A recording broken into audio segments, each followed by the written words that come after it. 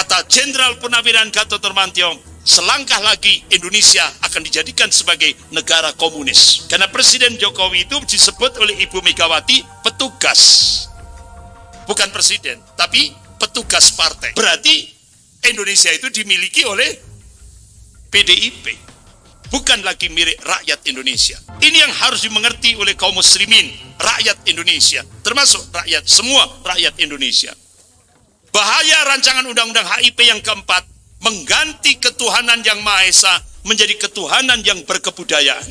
Kalau kita bandingkan korban perang di alam jagat raya ini dengan korban dampak daripada ideologi komunis, dan mulai dari perang dunia pertama, perang dunia kedua, perang Korea, perang Vietnam, Afghanistan, perang Irak, Palestina, Lebanon, itu kalau digabung jadi satu, korbannya masih lebih besar korban kebiadaban ideologi komunis.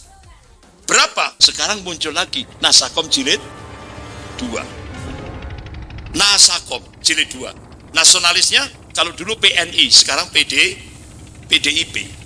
Agamanya kalau dulu NU, sekarang Islam Nusantara. Komunisnya dulu PKI, sekarang PKI Perjuangan. Tapi sejarah berulang. Sekarang yang diakui oleh negara sejak 2014, sejak kepemimpinan Presiden Jokowi, yaitu Pancasila 1 Juni 1945. Pancasila yang diakui, Pancasila yang didukung oleh Komisi Sentral PKI waktu itu. Kalau Pancasila 1 Juni ini berarti pelanggaran terhadap konstitusi. Habib Rizik Syihab di dalam tesisnya mengungkap Pancasila yang sah, yang berlaku adalah Pancasila sesuai konstitusi negara 18 Agustus 1945 yang dijiwai oleh Piagam Jakarta. Apa bahayanya munculnya rancangan undang-undang haluan ideologi Pancasila? Yang pertama, memeras Pancasila jadi Trisila dan Ekasila. Jadi dengan rancangan undang-undang HIP, dasar negara dirubah dari Pancasila menjadi Trisila Ekasila ala komunis. Sehingga upaya gerakan komunis menguasai kembali Indonesia tinggal selangkah lagi. Jadi tidak menutup kemungkinan ke depan penjara-penjara di seluruh Indonesia dipenuhi oleh para kiai.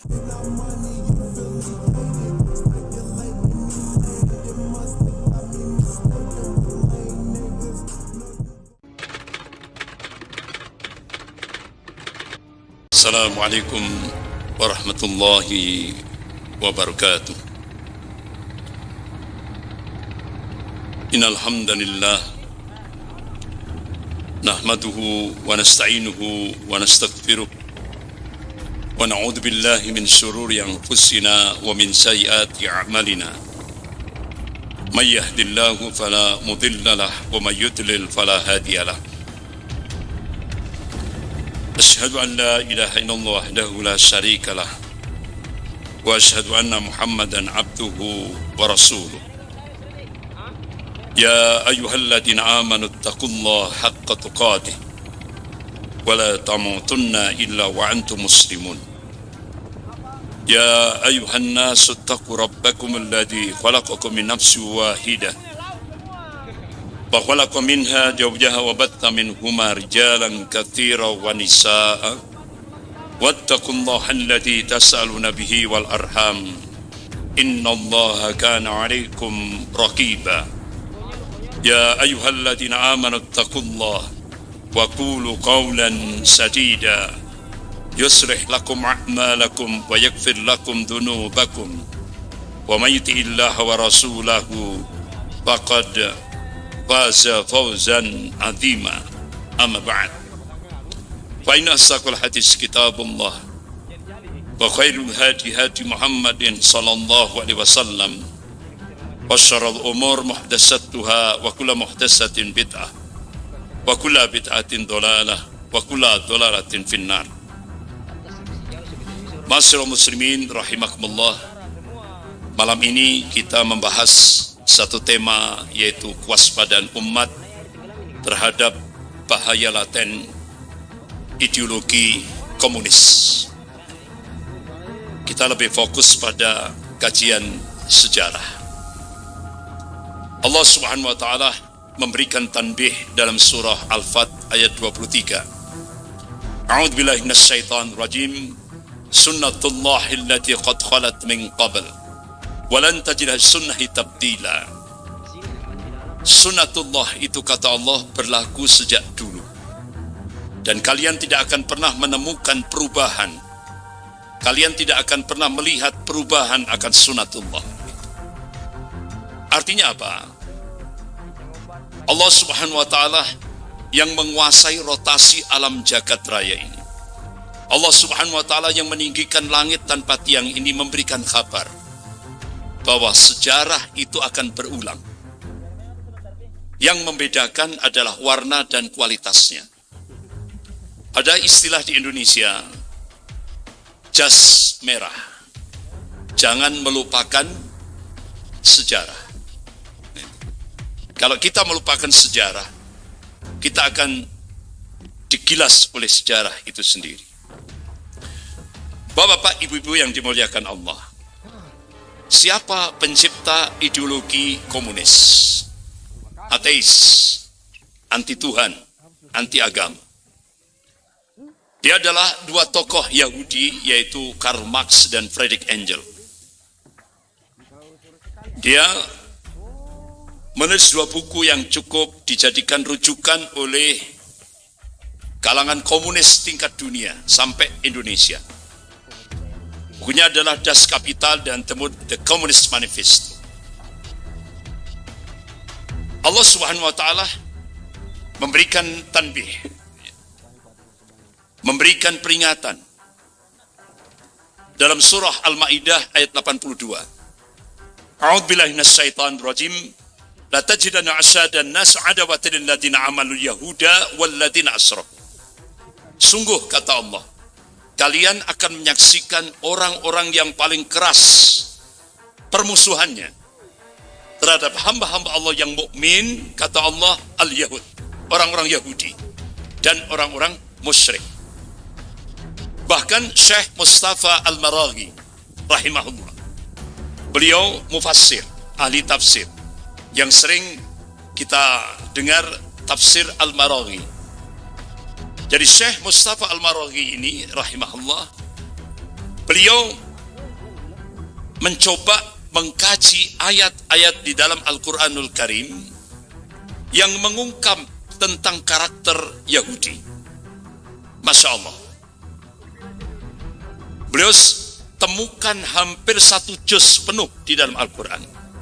Allah Subhanahu wa ta'ala mengungkap tentang karakter Yahudi. Bahkan beliau ringkas, ada kurang lebih dari 1 juz Al-Quran itu, beliau teliti kurang lebih sekitar 76 karakter Yahudi. Kalau disimpulkan, karakter Yahudi itu senantiasa melakukan fasad, kerusakan di muka bumi itu. Itulah karakter Yahudi. Oleh karena itu, kita lihat dua tokoh Yahudi ini, yaitu Karl Marx dan Friedrich Engels. Dia benar-benar telah menciptakan kerusakan di muka bumi. Hampir kurang lebih 74 tahun. Mulai tahun 1917 sampai 1991. Siapa yang mengaplikasikan ideologi komunis? Yang pertama, Lenin di Uni Soviet. Jadi ideologi komunis itu haus darah. Berapa juta rakyat di Uni Soviet dibunuh oleh Lenin? Kurang lebih sekitar 30 juta orang. Dilanjutkan Stalin. Puluhan juta yang dibunuh. Jadi memang ideologi komunis ini haus darah. Kemudian yang pojok, Mao Zedong, yang sering disebut dengan Bapak Komunis Cina. Berapa rakyatnya yang dibunuh? Hampir kurang lebih sekitar 50 juta rakyat Cina dibunuh dengan cara-cara biadab oleh tokoh ideologi komunis, yaitu Mao Zedong. Kemudian bergeser sebelahnya, Pol Pot di Kamboja, berapa rakyatnya yang dibunuh? Hampir kurang lebih sekitar 2,5 juta rakyat Kamboja dibunuh oleh pemimpin ideolog komunis yaitu Pol Pot. Ternyata di Indonesia juga muncul Musso. Dialah yang mendeklarasikan Republik Soviet Indonesia di Madiun. Ribuan santri dan ulama dibunuh dengan cara-cara yang biadab. Bahkan hampir 156 anggota TNI juga gugur akibat pemberontakan yang dilakukan oleh Musso di Madiun, yang bergerak sampai ke beberapa wilayah di sekitar Madiun, di Magetan, Ngawi, Wonogiri, dan sebagainya. Kemudian puncaknya yaitu DNID bersama sekjennya Nyoto. Ribuan lagi kaum muslimin dan ulamanya dibunuh. Bahkan puncaknya malam 1 Oktober. Ini peristiwa G30 SPKI. Puncaknya malam 1 Oktober, 6 jenderal Angkatan Darat dan 1 perwira menjadi korban kebiadaban ideologi komunis yang digerakkan oleh DNID dan sekjennya Nyoto. Bapak Ibu yang dimuliakan Allah, Leninisme ini telah menciptakan 28 raka dunia bagi 28 negara dan bangsa ini. Mulai tahun 1917 sampai 1991, hampir 74 tahun seluruh dunia ini didominasi oleh imoralitas dan keganasan yang sangat biadab, bahkan sampai tidak masuk akal. Ini yang terjadi di seluruh dunia. Ini yang terjadi di seluruh dunia. Jadi dunia ini pernah jadi merah selama 74 tahun. Selama 74 tahun. Bahkan Lenin memberikan statement, tidak jadi soal bila 3/4 penduduk dunia ini mati. Asal yang tinggal itu 1/4 itu adalah komunis. Jadi untuk melaksanakan ideologi komunisme ini, Lenin tidak gentar berjalan di atas mayat 30 juta orang. Itulah statement Lenin, tokoh ideologi komunis di Uni Soviet. Mao Zedong, bapak komunis Cina, hampir 50 juta rakyatnya dijadikan korban untuk mengaplikasikan ideologi komunis. Bahkan Bapak Ibu yang dimuliakan Allah, kalau kita bandingkan korban perang di alam jagat raya ini dengan korban dampak daripada ideologi komunis, dan mulai dari perang dunia pertama, perang dunia kedua, perang Korea, perang Vietnam, Afghanistan, perang Irak, Palestina, Lebanon, itu kalau digabung jadi satu, korbannya masih lebih besar korban kebiadaban ideologi komunis. Berapa? Hampir 120 juta orang dibunuh sepanjang 74 tahun, mulai tahun 1917 sampai 1991.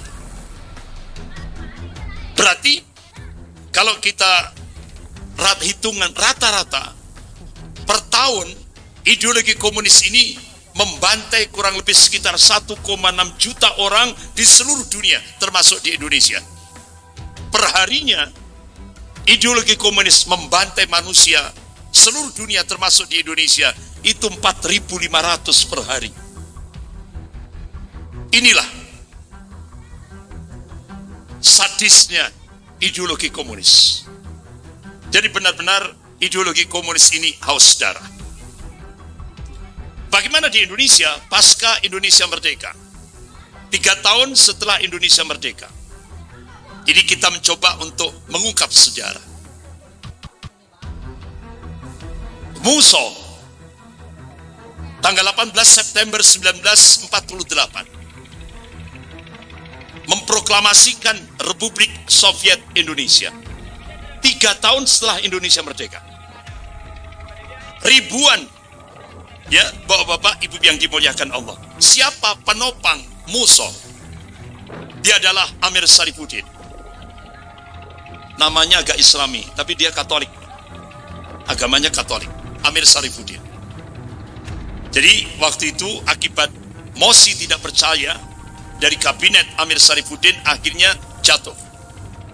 Sehingga akhirnya Amir Sarifuddin membentuk Front Demokrasi Rakyat. Bergabung dengan komunis, ideologi komunis pimpinan Musa di Madiun. 18 September 1948 ini benar-benar masa yang kelam bagi umat Islam di Jawa Timur. Ribuan kaum muslim, santri-santri, kaum muslimin dan ulamanya dibantai dengan cara-cara biadab, dimasukkan di kuburan-kuburan massal. Inilah dampak pemberontakan komunis yang dipimpin oleh Musa dan Amir Sarifuddin. Bapak-bapak, ibu-ibu yang dimuliakan Allah. Bahkan Gubernur Jawa Timur, Bapak Suryo, waktu itu beliau menjabat sebagai Ketua Dewan Pertimbangan Agung Republik Indonesia. Bagaimana kondisi beliau? Leher beliau ditali, kemudian ditali di belakang mobil, diseret dengan kecepatan tinggi radius 10 kilo, sehingga beliau meninggal. Setelah itu disembelih. Ini yang dialami oleh Gubernur Jawa Timur pada bulan September 1948 dari pemberontakan komunis yang dipimpin oleh Musa dan Amir Sarifuddin. Sehingga ini adalah sebuah tugu tempat dibantainya Gubernur Jawa Timur. Bahkan ini dibuat sebuah monumen bagaimana riwayat peristiwa pembunuhan Gubernur Jawa Timur, yaitu Bapak Suryo. Bahkan ini adalah jenazahnya. Baru dievakuasi setelah ditemukan di sebuah sungai di Ngawi, Jawa Timur. Jadi dibantai di Madiun, jenazahnya dibuang di sebuah sungai di Ngawi, Jawa Timur. Ini yang menimpa Gubernur Jawa Timur, yaitu Bapak Suryo. Sekaligus beliau waktu itu merangkap menjabat sebagai Ketua Dewan Pertimbangan Agung Republik Indonesia. Begitu juga korban kebiadaban komunis di Madiun, terutama di Desa Kresek, Madiun. Hampir 17 korban. Mereka dibantai dengan cara-cara yang keji, cara-cara yang biadab. Inilah dibuat monumen di Desa Kresek, Madiun. Begitu juga di kawasan Rejosari, Magetan. Benar-benar banjir darah. Banyak kalangan santri, kaum muslimin dan ulamanya dibunuh dengan cara-cara biadab. Bahkan dimasukkan di sumur-sumur tua, kemudian dikubur hidup-hidup. Jadi kepalanya dulu yang dimasukkan, kemudian dikubur hidup-hidup. Ini sebuah ilustrasi bagaimana kejahatan ideologi komunis yang dipimpin oleh Musa dan Amir Sarifuddin menimpa kaum muslimin, para santri dan ulamanya, terutama di kawasan Rejosari, Magetan. Bahkan saksi mata yang sampai sekarang masih hidup, yaitu Bapak Kiai Zakaria, melihat sendiri. Ini saksi mata bagaimana kaum muslimin, ratusan kaum muslimin dibantai di sebuah pabrik gula di Rejosari, Goranggareng, Madiun. Ya. Itu darahnya di pabrik gula itu dia melihat setinggi kaki, mata kakinya, setinggi mata kaki. Itu darah berceceran di pabrik gula Rejosari, Goranggareng, Madiun. Jadi kaum muslimin sebelum dibantai, itu ditali, kemudian diarak keliling, baru kemudian diseksa, dibantai, kemudian dibunuh. Di pabrik gula Rejosari, Goranggareng, Madiun. Bapak-bapak, ibu-ibu yang dimuliakan Allah. Jadi saat itu PKI yang dipimpin oleh Musa ketika melakukan pemberontakan dan Amir Sarifuddin menyebarkan pamflet, ulama itu tikus yang harus dibasmi. Ini pamflet yang disebarkan di masyarakat waktu itu. Setelah itu Musa menggelendang atau menyeret para ulama kita, santri-santri kaum muslimin, terutama sekali terhadap ulama-ulama pesantren di Takran, Magetan. Beberapa hari yang lalu saya diundang di Magetan. Ada sebuah pondok pesantren yang itu dirintis oleh Bapak Kiai Haji Imam Mursyid Muttaqin, yaitu tokoh pendiri pesantren Sabilil Muttaqin yang sering disebut dengan PSM. Jadi di sana pimpinan pondok pesantren yaitu Kiai Haji Imam Mursyid Muttaqin disembelih oleh PKI. Madiun waktu itu PKI yang dipimpin oleh Musa dan Amir Sarifuddin. Sampai sekarang jenazahnya belum diketemukan. Dan hampir 14 tokoh-tokoh di Takran Magetan dibantai dengan cara-cara biadab. Kemudian di Takran Magetan ada 108 korban kebiadaban PKI. Monumen ini nomor 1 sampai 67 jenazahnya masih terdeteksi siapa orang ini. Namanya masih diingat oleh masyarakat. Tapi jenazah nomor 68 sampai 108 itu sudah tidak dikenali. Karena apa? Wajahnya dirusak oleh orang-orang PKI. Tidak hanya disiksa, tidak hanya dibantai, dirusak. Sehingga tidak dikenal lagi siapa jenazah ini. Inilah yang terjadi di Takran, Magetan. Bapak-bapak, ibu-ibu yang dimuliakan Allah. Bahkan kekejaman PKI di Magetan, banyak ulama-ulama kita dikubur hidup-hidup. Ini sebuah ilustrasi. Contoh Kiai Haji Sulaiman. Ini yang menimpa beliau, dikubur hidup-hidup, terutama di Magetan. Akhirnya gerombolan PKI Musa dan Amir Sarifuddin ini bergerak menuju pondok pesantren Gontor. Waktu itu dipimpin oleh dua kiai yang sangat karismatik, yaitu Kiai Haji Ahmad Sahal, Allahumma yarham, dan Kiai Haji Imam Zarkasi, Allahumma yarham. Qadarullah, dua ulama ini mengambil satu kebijakan, jangan mati konyol.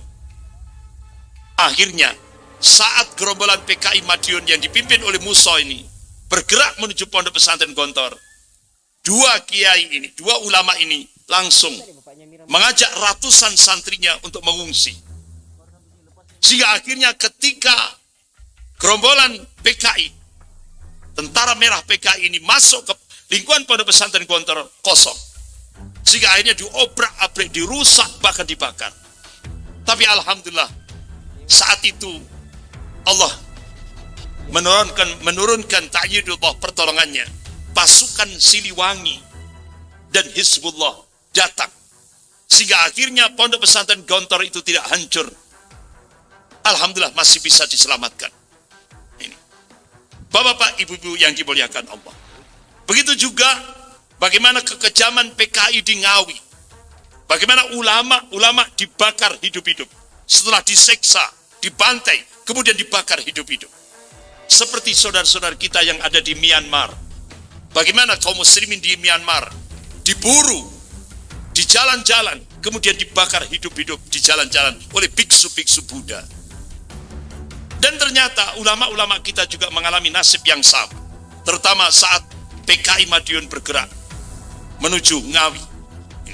Bapak-bapak, ibu-ibu yang dimuliakan Allah. Bahkan pembantaian PKI terhadap ulama itu terjadi di Wonogiri, Jawa Tengah. Yang dialami oleh Kiai Hamid Dimyati, Allahumma yarham, bersama 13 santrinya. Diseksa dengan cara-cara biadab, kemudian dibunuh dengan sangat keji sekali. Ini sebuah monumen pembantaian PKI terhadap ulama di Wonogiri, Jawa Tengah. Kemudian di Kabupaten Wonogiri, tempatnya di Desa Tirtomoyo, ada kurang lebih 20 korban yang terdeteksi siapa jenazah ini, namanya lengkap. Kemudian ada 9 orang jenazah itu dari tentara Siliwangi yang meninggal pada saat menghadapi pemberontakan komunis di komunis Madiun waktu yang digerakkan oleh Musso. Kemudian ada 28 orang yang tidak dikenal jenazahnya karena dirusak fisiknya oleh orang-orang PKI pada saat pemberontakan di Madiun September 1948. Bapak-bapak, ibu-ibu yang dimuliakan Allah, itulah episode pertama pemberontakan PKI di Madiun. Bagaimana sejarah petualangan PKI, politik PKI setelah pasca 1948, terutama mulai tahun 1957, ya, 58, 59 sampai 66. Kita masih ingat, mungkin bapak-bapak yang masih sepuh, yang sudah sepuh, masih ingat tentang pemilu pertama di Indonesia, yaitu tahun 1955. Ada 5 partai yang sangat agresif pada saat itu, yaitu Masumi, PSII, Partai Serikat Islam Indonesia, Marhen, NU, dan PKI. Itu 5 partai ini benar-benar jumlah besar di Indonesia waktu itu. Bapak-bapak, ibu yang dimuliakan Allah, ini adalah tokoh-tokoh Masumi. Jadi benar-benar dokumen ini masih benar-benar terdokumentasi. Bagaimana tokoh-tokoh ulama kita dulu benar-benar berjuang, berjihad dalam aspek siasat syariah, yaitu politik Islam. Jadi tokoh-tokoh ulama kita mendirikan sebuah partai yang namanya Masumi, yaitu Majelis Syuro Muslimin Indonesia. Bapak-bapak, ibu yang dimuliakan Allah, ini kartu suara pada saat pemilihan umum pertama di Indonesia, yaitu tahun 1955, masih terdokumentasi dengan baik. Ya. Ini benar-benar pada saat pemilu pertama 55, ini antara Masumi dan PKI benar-benar saling menyerang. Jadi situasinya panas kan. Jadi pamflet-pamflet yang dimunculkan, contoh, ini dari Masumi. Kalau memilih Palu Arit, berarti Anda menyerahkan Indonesia pada kekuasaan asing, yaitu Cina. Untuk menghindarkan itu, tusuklah bintang bulan, yaitu Masumi. Kemudian, yang PKI menyebarkan pamflet, di bawah kekuasaan Masumi dan PSI, uang saudara digunting. Oleh karena itu, pilihlah PKI. Jadi, saling provokasi terhadap masyarakat rakyat Indonesia pada saat itu. Saling serang, terutama Masumi dengan PKI, Islam dengan komunis. Pertarungannya dahsyat sekali ketika pemilu 1955.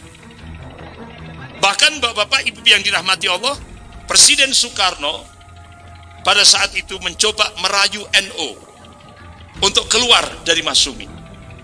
Jadi tokoh-tokoh NU diajak ke Mekah, diajak untuk supaya dirayu oleh Presiden Soekarno, karena Presiden Soekarno adalah pimpinan PNI, Partai Nasionalis Indonesia. Akhirnya NU menerima, dan akhirnya NU keluar dari Masumi. Sehingga akhirnya Presiden Soekarno ketika memunculkan ideologi baru, yaitu Nasakom, Nasionalis Agama Komunis.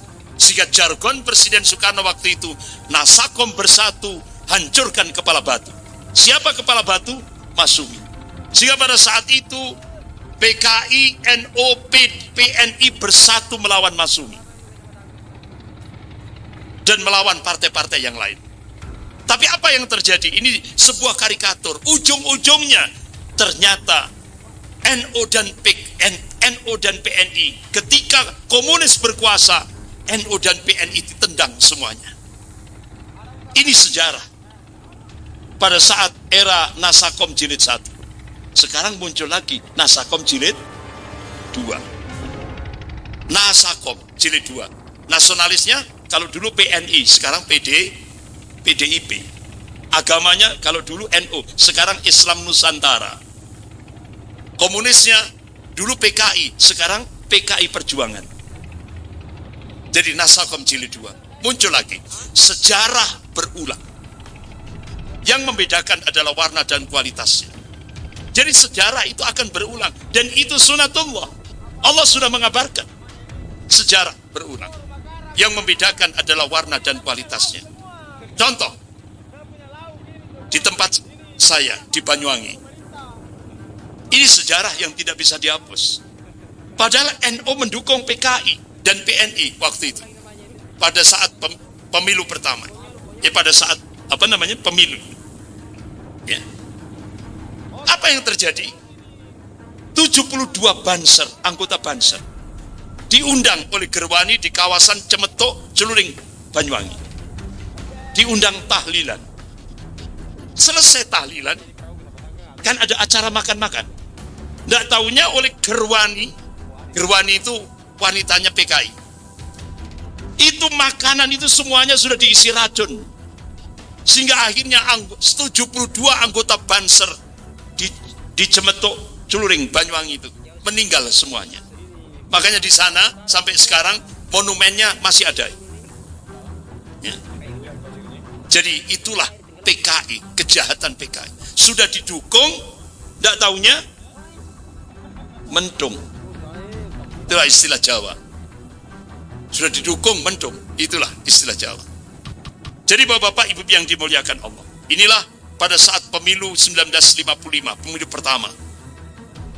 Jadi seperti sekarang ini kan muncul gitu ya, di jalan-jalan itu.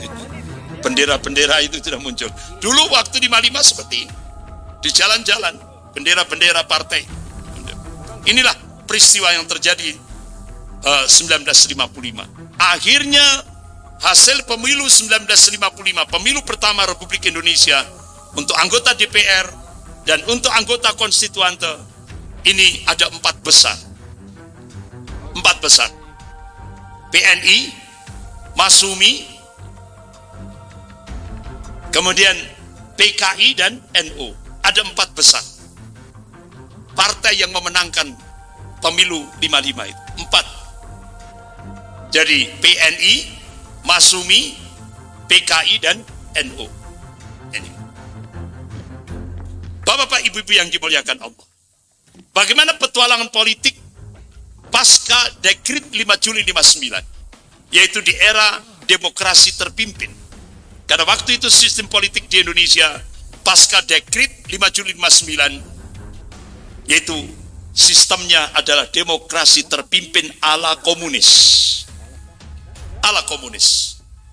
Sehingga akhirnya DNID, tokoh PKI waktu itu, bersama sekjennya Nyoto, menerima, mengakui Pancasila versi pribadi Soekarno, tanggal 1 Juni 1945.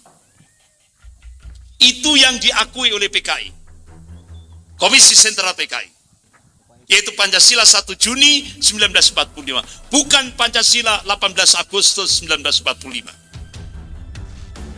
Kalau Pancasila sesuai dengan konstitusi negara, itu adalah 18 Agustus 1945. Tapi kalau Pancasila 1 Juni itu Pancasila pribadi, versi pribadi Soekarno. Isinya apa? Sila pertama, nasionalisme atau kebangsaan Indonesia. Kalau Pancasila 18 Agustus, sila pertama, ketuhanan yang Maha Esa. Pancasila 1 Juni, sila kedua, internasionalisme atau prikemanusiaan. Kalau Pancasila 18 Agustus 1945, yaitu kemanusiaan yang adil dan beradab. Sila ketiga, Pancasila 1 Juni, versi pribadi Soekarno, yaitu mufakat atau demokrasi. Kalau Pancasila 18 Agustus 1945, persatuan Indonesia. Sila keempat, Pancasila versi pribadi Soekarno 1 Juni, yaitu kesejahteraan sosial. Kalau Pancasila 18 Agustus 45, yang sah menurut konstitusi negara, kerakyatan yang dipimpin oleh hikmat kebijaksanaan dalam permusyawaratan perwakilan. Sila kelima, Pancasila versi pribadi Soekarno, yaitu 1 Juni 45, ketuhanan yang berkebudayaan. Kalau sila kelima, Pancasila konstitusi negara, 18 Agustus 1945, keadilan sosial bagi seluruh rakyat Indonesia. Ini perbedaan tajam. Tapi sejarah berulang. Sekarang yang diakui oleh negara sejak 2014, sejak kepemimpinan Presiden Jokowi, yaitu Pancasila 1 Juni 1945. Pancasila yang diakui, Pancasila yang didukung oleh Komisi Sentral PKI waktu itu. Sejarah berulang. Sekarang sejarah berulang. Pancasila sejak 2014, ya kan? Dan itu keputusan Presiden Jokowi 2016. Yang dijadikan rujukan berbangsa dan bernegara adalah Pancasila versi pribadi yang disebut dengan hari lahir Pancasila. Akhirnya tiap tanggal 1 Juni itu dijadikan hari libur memperingati kelahiran Pancasila. Padahal kelahiran Pancasila yang sah menurut konstitusi negara itu Pancasila 18 Agustus 1945. Akhirnya ketika Komisi Sentral PKI mengakui Pancasila versi pribadi Soekarno 1 Juni 45, akhirnya terjadi gayung bersambut. Muncullah duet pemimpin nasional, pemimpin besar revolusi, yaitu Bung Karno, bersama Ketua Komisi Sentral PKI, yaitu DN Aidit. Inilah dua duet kepemimpinan nasional. Pertanyaannya, kemana Bung Hatta? Bung Hatta, walaupun beliau sebagai wakil presiden, akhirnya beliau mufarokoh, berlepas diri dari ideologi komunis di akhir pemerintahan Soekarno. Bung Hatta mufarokoh. Ini sejarah yang tidak bisa dihapus. Akhirnya sejarah berulang. Pancasila yang sah, ya kan, menurut konstitusi negara, dan itu disahkan oleh Panitia Persiapan Kemerdekaan Indonesia, yaitu Pancasila 18 Agustus 1945. Ini. Tapi ternyata sekarang Ibu Megawati dan Partai PDIP ingin mengkultuskan kembali Soekarno, sehingga memaksa Pancasila agar kembali pada rumusan Soekarno. Itulah sebabnya mereka ngotot untuk menetapkan tiap tanggal 1 Juni sebagai hari lahir Pancasila. Padahal rumusan Pancasila yang ada saat ini adalah Pancasila yang disahkan oleh Panitia Persiapan Kemerdekaan Indonesia. Ini sah menurut konstitusi negara, yaitu Pancasila 18 Agustus 1945. Jadi ini ya Pancasila yang dijiwai oleh Piagam Jakarta 22 Juni 1945 sebagaimana yang ditetapkan saat Presiden Soekarno mengeluarkan dekret Presiden 5 Juli 59. Jadi Undang-Undang Dasar 45 menjiwai Piagam Jakarta. Bapak-bapak, ibu-ibu yang dimuliakan Allah. Sehingga akhirnya kalau kita lihat kronologisnya, Ibu Megawati minta saat Presiden SBY memimpin Indonesia, Ibu Megawati minta supaya tanggal 1 Juni dijadikan hari lahir Pancasila. Ditolak oleh Presiden SBY. Begitu Presiden Jokowi, karena Presiden Jokowi itu disebut oleh Ibu Megawati petugas, bukan presiden, tapi petugas partai. Kalau ketua partai itu adalah Ibu Megawati. Sehingga MH Ainun Najib Jombang, MH Ainun Najib, berarti kalau yang diinginkan oleh Ibu Megawati itu presiden itu petugas partai, berarti Indonesia itu bukan milik rakyat Indonesia. Berarti Indonesia itu dimiliki oleh PDIP, bukan lagi milik rakyat Indonesia. Karena apa? Yang Ibu Megawati menyebut petugas partai, bukan presiden. Sehingga akhirnya muncullah keputusan Presiden nomor 24 tahun 2016. Akhirnya Presiden Jokowi menetapkan tiap tanggal 1 Juni itu hari lahir Pancasila. Jadi versi pribadi Soekarno. Berarti sejarah berulang. Sejarah berulang. Bagaimana pakar-pakar hukum tata negara di Indonesia, di antaranya Profesor Refli Harun, Profesor Yusril Ihza Mahendra, dan Dr. Mardhani Alisera dari PKS. Beliau menegaskan, hari lahir Pancasila itu 18 Agustus 1945. Karena itu disahkan oleh Panitia Persiapan Kemerdekaan Indonesia. Itu sah menurut konstitusi. Jadi bukan 1 Juni. Kalau Pancasila 1 Juni ini berarti pelanggaran terhadap konstitusi.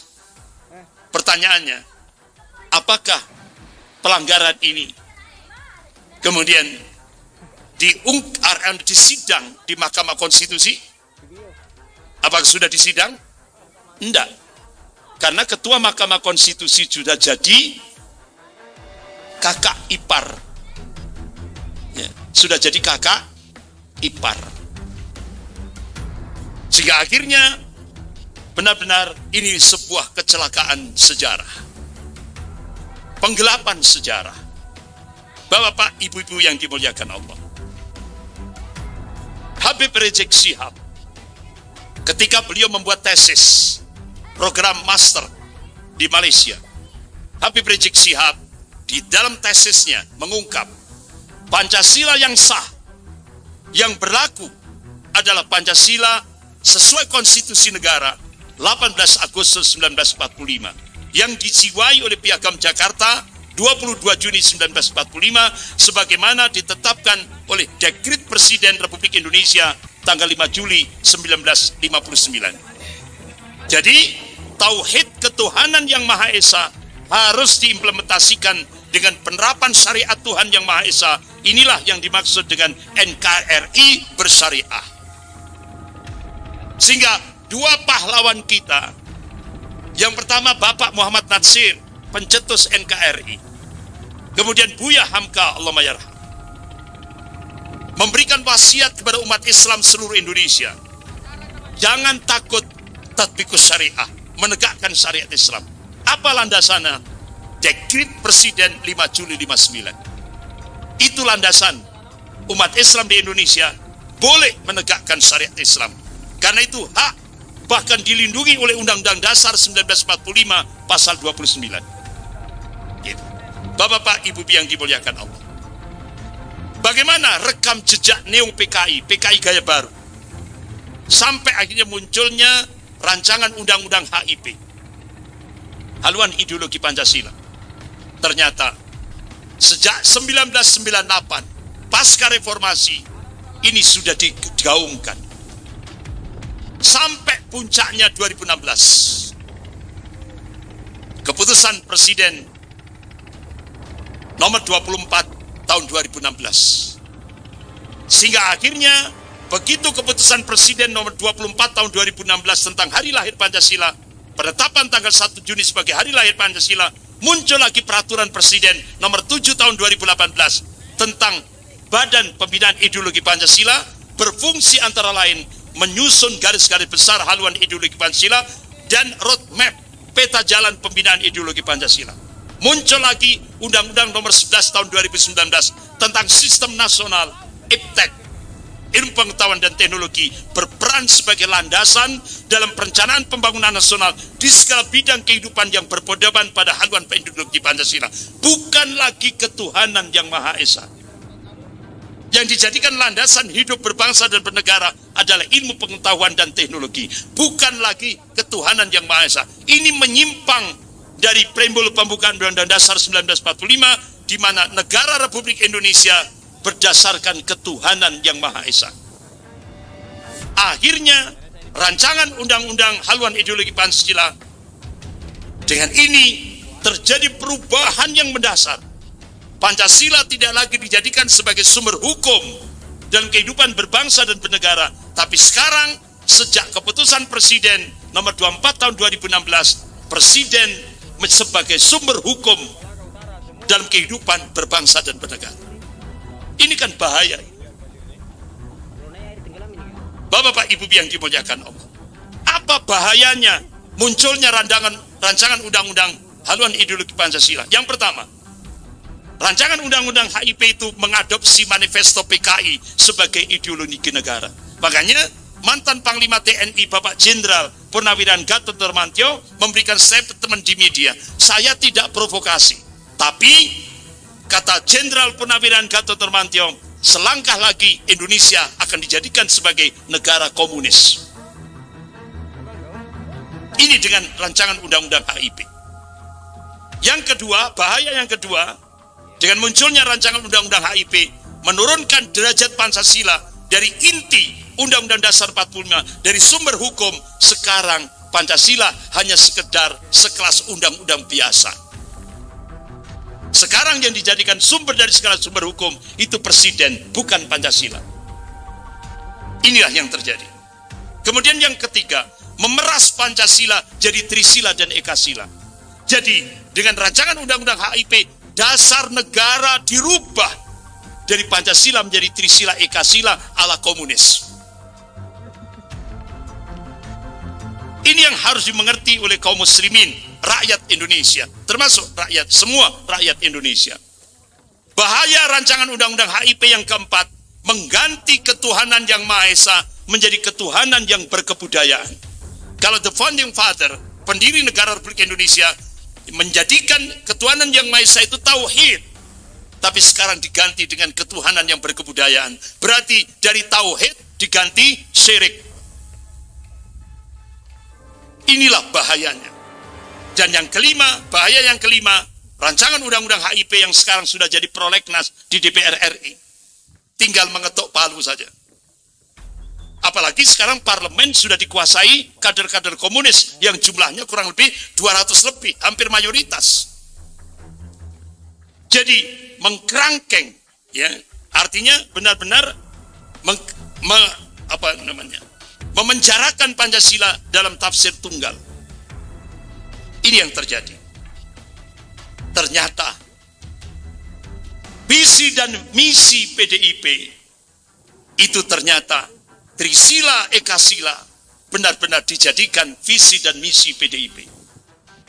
Berarti dasar negara akan dirubah dari Pancasila menjadi Trisila dan Ekasila. Akhirnya Habib Rizik Syihab menggerakkan umat Islam dari Sabang sampai Merauke. Protes dari Sabang sampai Merauke untuk menyelamatkan negara kesatuan Republik Indonesia ini. Tapi ternyata bapak-bapak ibu yang dirahmati Allah, yang kita saksikan sampai sekarang diam-diam sudah masuk prolegnas DPR RI. Tinggal selangkah lagi, tinggal ketuk palu. Inilah yang kita khawatirkan. Bahkan Ibu Megawati memperkenalkan salam Pancasila. Ini salam Pancasila. Padahal tidak ada itu. Itu kalau kita ungkap sejarah, ternyata itu salamnya Mao Zedong, komunis Cina, salamnya DNID, tokoh Komisi Sentral PKI. Itu bukan salam Pancasila seperti itu. Itu salamnya komunis. Ini benar-benar yang terjadi di Indonesia sekarang. Sehingga upaya gerakan komunis menguasai kembali Indonesia tinggal selangkah lagi. Umat Islam harus bangkit menyelamatkan negara dan bangsa Indonesia.